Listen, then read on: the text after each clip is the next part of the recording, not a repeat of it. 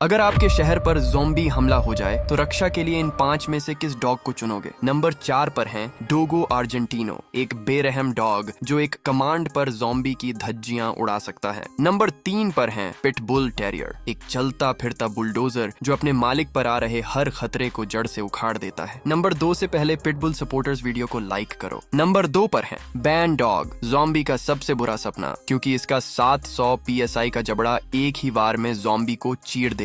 Number 1 पर है wolf hybrid, जितना खूबसूरत उतना ही बेरहम, जो कुछ ही सेकंड्स में ज़ॉम्बी का ककुम्बर बना देगा। तो आपका ज़ॉम्बी फाइटर डॉग कौन होगा? कमेंट करो।